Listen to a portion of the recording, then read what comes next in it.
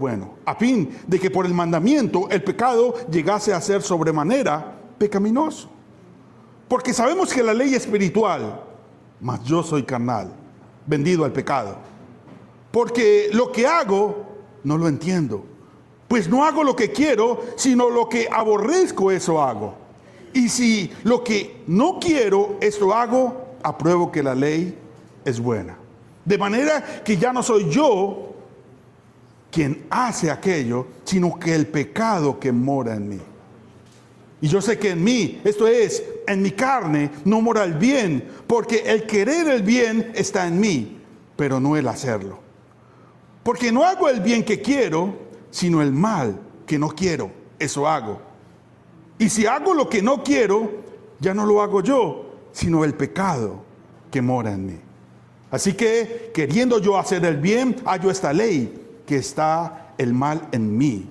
Porque según el hombre interior me deleito en la ley de Dios, pero veo otra ley en mis miembros, que se rebela contra la ley de mi mente y que me lleva cautivo a la ley del pecado que está en mis miembros. Miserable de mí, ¿quién me librará de este cuerpo de muerte? Gracias doy a Dios por Jesucristo, Señor nuestro. Así que yo mismo con la mente sirvo a la ley de Dios, mas con la carne a la ley del pecado.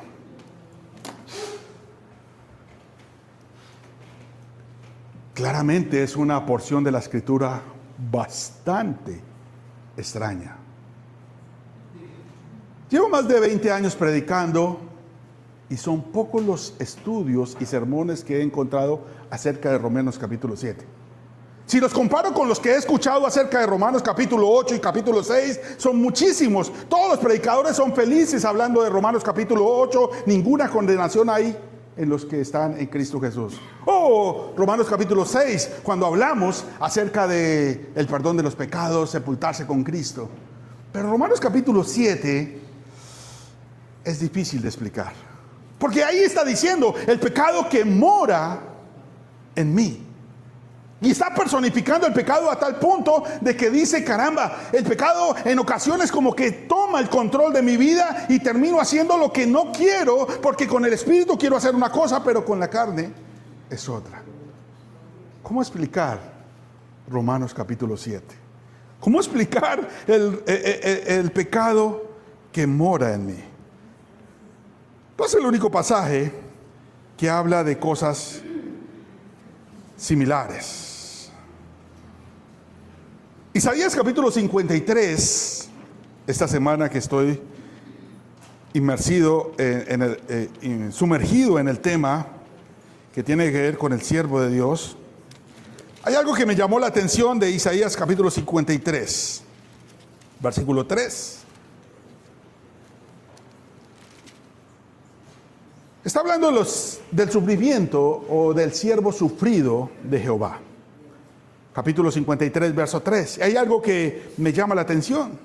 Despreciado y desechado entre los hombres, varón de dolores, experimentado en quebrantos, y como que escondimos de él el rostro.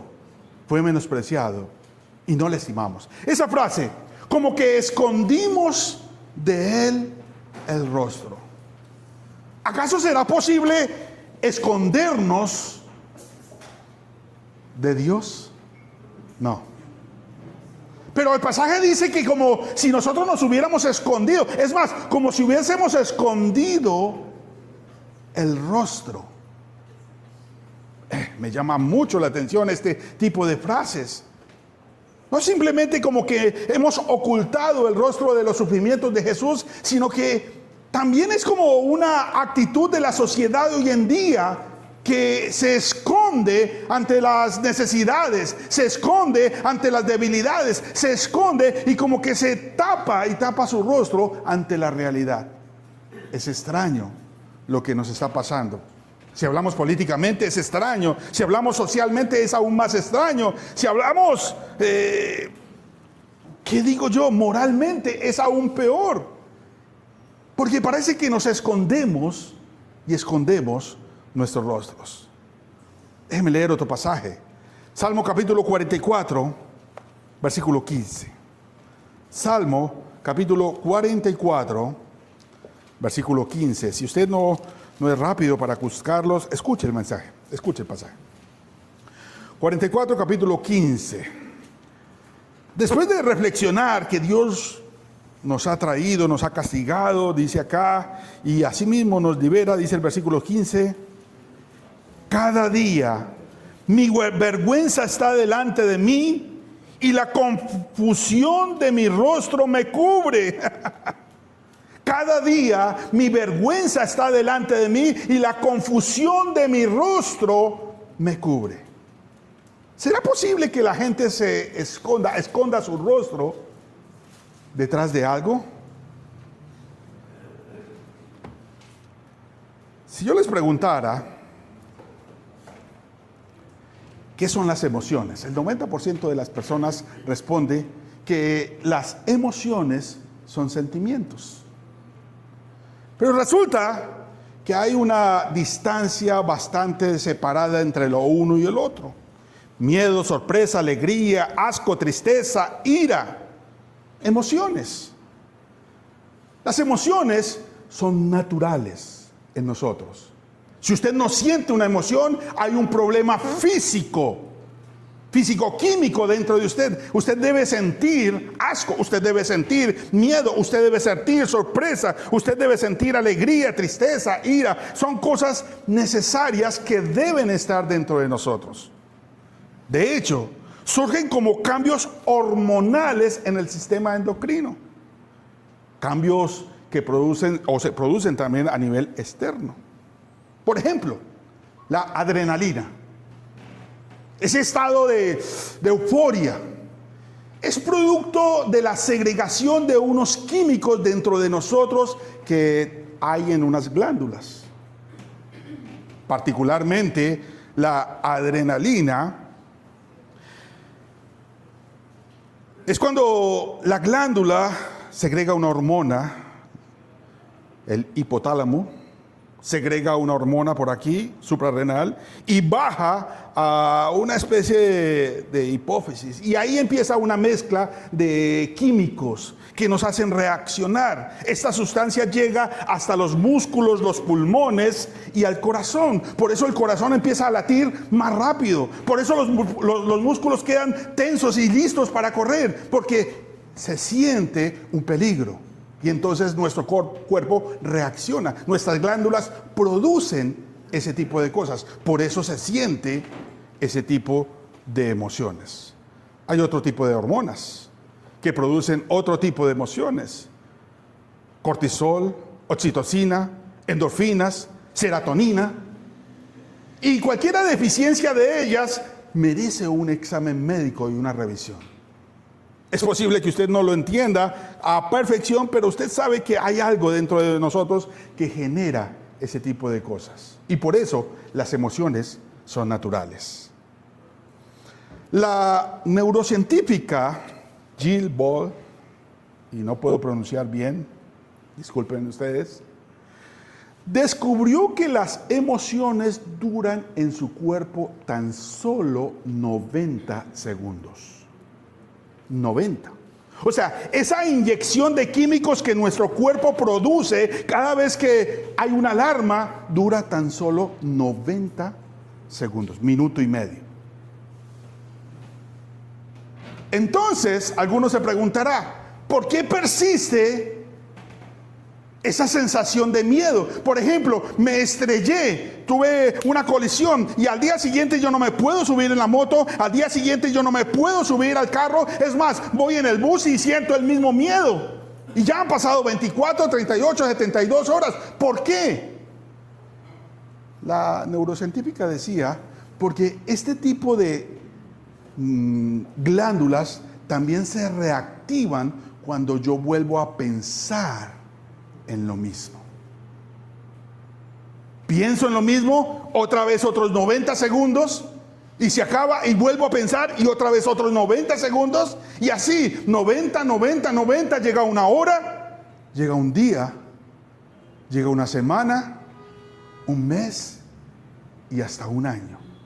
Porque tenemos un pensamiento rumiante con algo malo que nos ha pasado. Por eso terminamos dominados por un sentimiento que ahora ya dejó de ser emoción y pasó a ser sentimiento. Algo nos pasó. Nuestro sistema produjo, pero nos quedamos ahí pensando lo mismo, y entonces ahora deja de ser una simple emoción y ahora pasa a ser un sentimiento. Sentimos odio por alguien, sentimos desprecio por alguien, sentimos tristeza, asco por algo, porque constantemente alimentamos nuestro sistema de hormonas y producen ese tipo de cosas. Hay que tener cuidado con esto. Ahí llega el efecto foco, en donde empezamos a pensar de que todo el mundo está diciendo algo y lo está diciendo es por mí. Donde llegamos a pensar de que si ellos dos están hablando allá, están diciendo algo de mí. Y yo me acerco y justo la palabra que está diciendo encaja con lo que yo estaba pensando. Ese es el efecto foco. Entonces pensamos que todo el mundo me juzga y que el mundo entero gira. Pero es un producto de eso, de una emoción que no se controló y pasó a ser un sentimiento. Un sentimiento es cuando se cultiva una emoción. ¿Me entendieron? ¿Cuál es el problema de esto? El problema es en lo que caen las personas. En el efecto de foco, en el pensamiento rumiante, en la depresión, en todo ese tipo de sentimientos que suceden. Porque a veces nos sentimos mal, no solamente porque las cosas salen mal, sino precisamente nos sentimos mal porque las cosas no salen como nosotros creíamos. Y entonces empezamos con ese sentimiento y esa emoción y dele, hasta que en nosotros se vuelve una forma de ser y de pensar diferente. Pero esto no empieza ahorita. Esto nos lo enseñó la humanidad cuando no nos enseñaron a tratar nuestras emociones. Porque seguramente estábamos muy pequeños cuando fuimos engañados por primera vez. Y entonces ante el engaño actuamos de una manera. Evitamos salir al público, evitamos decir algo, porque entonces la gente me va a juzgar, me va a traicionar. Y entonces como la gente me va a traicionar, yo me pongo una ¿qué? Para que la gente ya no me vea así. Para que eviten traicionarme, entonces ya no vuelvo a ¿qué? A confiar en nadie. Pero no es la única máscara, porque no solamente me traicionan, sino que la gente empieza a juzgarme. Y entonces empiezan a juzgarme una y otra voz, y para evitar juzgarme, entonces mejor no hablo con nadie, no saludo, no le cuento a nadie nada, para que la gente no me diga nada. Y entonces me pongo otra máscara. Y como la gente sigue, y de pronto alguien me hace daño, y después de hacerme daño, digo, no, yo no puedo absolutamente darle papaya a nadie. Y me vuelvo una persona tosca, atrevida y aburrida, y ando a la reacción, y ando mal. Y alguien me dice algo y yo exploto, para evitar que me hagan daño. Pero aún así la gente me critica. Y para la crítica me pongo otra máscara. Y entonces empiezo a evitar decir, hacer y a postearme la persona que no soy. Al punto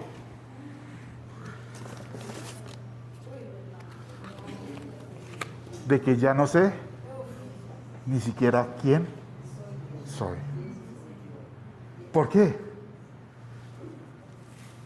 Porque en la vida me he puesto una multitud de máscaras. ¿Por qué? Porque nadie me enseñó a manejar ¿qué? Mis emociones. Y mis emociones se apoderaron de mí. ¿Recuerda Romanos 7? Miserable de mí. ¿Por qué? Porque el pecado mora en mí. Sí, las emociones están adentro, pero cuando yo no las sé manejar, termino respirando por la herida. Y por eso cada vez que alguien me habla, le muestro mi herida. O le muestro la cicatriz. O le muestro lo fuerte que soy. Y así le muestro la peor faceta que yo tengo. ¿Qué quiere Dios con nosotros? Hacer la mejor versión de ti mismo. Y la mejor versión de ti mismo está sin qué. Porque Dios no mira lo que mira el hombre. Dios mira qué. Espero que no se lo olvide. No se ponga máscaras en su vida. Si las tiene puestas, quíteselas. Reconozca que quizás una emoción se le convirtió en un sentimiento y ese sentimiento lo está dominando y lo está haciendo ser quien usted definitivamente no es. Bien decía el Salmo 44:15 que acabamos de leer. Cada día mi vergüenza está delante de mí y la confusión de mi rostro me cubre. Ciertamente la tristeza sirve de mucho. Eclesiastés capítulo 7. Eclesiastés capítulo 7. Déjeme leerle este.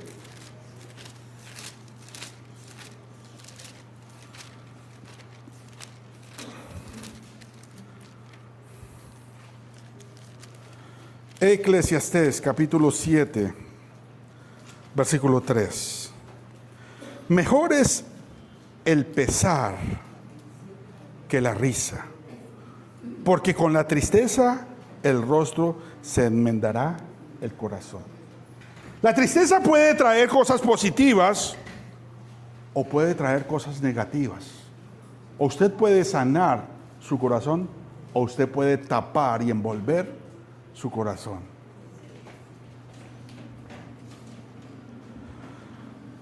Le pasó a los hijos de Israel, le pasó a Moisés. ¿Recuerda a Moisés? Recibió las tablas de la ley, su rostro resplandecía, a tal punto que tuvo que ponerse ¿qué? Un velo. Pero no por causa de él, por causa de los israelitas. Y dice la palabra del Señor por allá en 2 de Corintios capítulo 3, 2 de Corintios 3, versículo 13.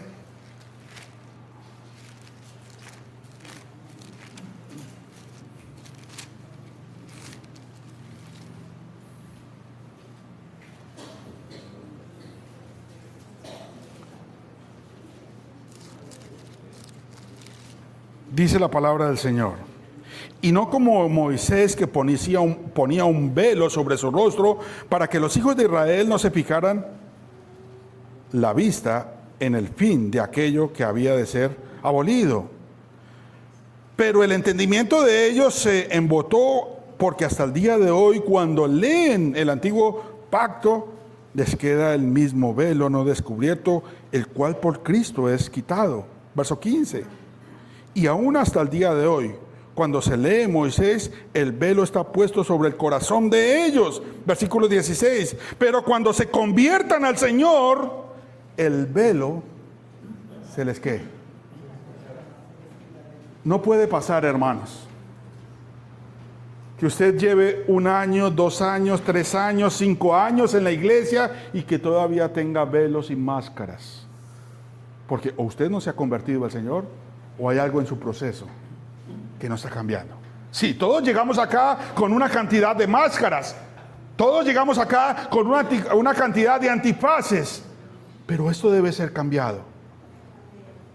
Usted no puede decir, es que yo soy así. ¿Y qué? ¿Y qué? ¿Y qué? Y si me aceptan bien y si no haga. No, algo debe cambiar en mí. La palabra tiene que tener poder. Debe haber transformación. Debe haber algo que me motive a quitarme la máscara y a descubrirme tal como soy. No, es que me van a volver a hacer daño. Pero va a haber alguien que va a enjuagar tus lágrimas. Daño nos van a hacer hasta el día en que estemos delante de la presencia y el Señor mismo enjuagará nuestras lágrimas. Jeremías capítulo 5, verso 3. Oh Jehová, ¿no miran tus ojos la verdad? Los azotaste y no les dolió. Los consumiste y no quisieron recibir corrección. Endurecieron sus rostros más que la piedra y no quisieron convertirse. Hasta ese punto llega una persona cuando prefiere mantener la máscara de su vida y no quitarse, porque es eso lo que le está haciendo daño a su propia existencia. Le hace daño a su familia, le hace daño a sus hijos, le hace daño a su trabajo, le hace daño a la iglesia. Cuando una persona solamente vive de una situación totalmente postiza, de una situación efímera y poco verosímil.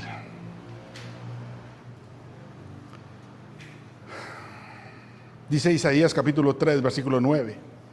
La apariencia de sus rostros testifica contra ellos, porque como Sodoma y Gomorra publican su pecado, así no lo disimulan. ¡Ay del alma de ellos! Porque amontonan mal para sí. Tengan cuidado con las máscaras. La gran ventaja es que Dios no mira lo que miran los hombres. Dios te conoce tal y como eres. Por eso cada mensaje que usted recibe de acá es palabra del Señor.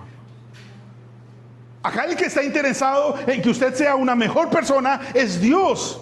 Acá el que está interesado en que usted cambie es Dios. Cuando me llama la atención, es Dios el que quiere la mejor versión de usted. Quiere que se quite la máscara, que deje de ser la persona que no es y que se convierta en la persona que Dios quiere que usted sea. ¿Cuántos años más durará usted con la máscara puesta? ¿O cree usted que podrá entrar al cielo con la máscara puesta? ¿Cree usted allí que vamos a celebrar el Halloween o qué cosa allá arriba? No. Tenemos que hacer el propósito. Fuera, eso no nos sirve de nada. Si usted y yo no tenemos propósitos reales, metas reales, si no hacemos el esfuerzo porque la palabra realmente nos cambie, nos moldee, nos modifique, sencillamente no estamos haciendo nada. Venimos cada 8 días, nos ponemos una máscara diferente, saludamos a todo el mundo y salimos de acá y nos ponemos otras porque para allá necesitamos más. No. La gente necesita ver que usted es luz.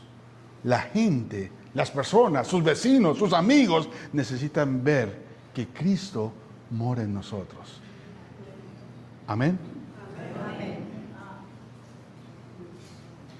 Dios les bendiga. No tengo nada más que decir. Ya creo que dije mucho. Quedan 10 minutos, pero... descansamos 10 minutos. Dios les bendiga grande y poderosamente.